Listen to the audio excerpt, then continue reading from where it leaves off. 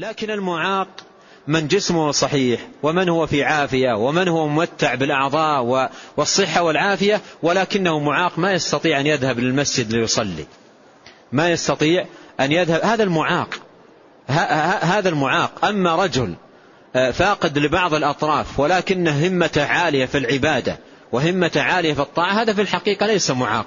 ولهذا مفهوم الإعاقة ربما أنها منعكسة عندنا، والله جل وعلا يقول في القرآن: قد يعلم الله المعوقين منكم.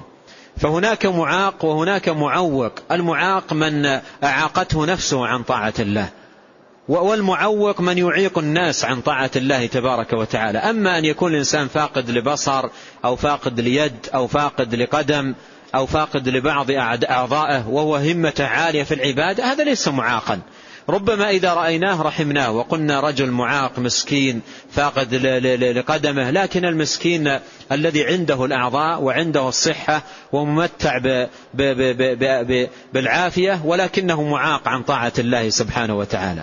تجد الناس مقبلين على الخير مقبلين على العبادة وهو بصحة عافية، ولكن صحته وعافيته ضائعة في الحرام، صحته وعافيته ضائعة في الحرام، ضائعة في الآثام، ضائعة في أقل تقدير في المباح، لكنه مضيع ربما للفرائض ومضيع أيضا للنوافل التي يعلو بها شأنه ويرتفع بها قدره عند الله تبارك وتعالى.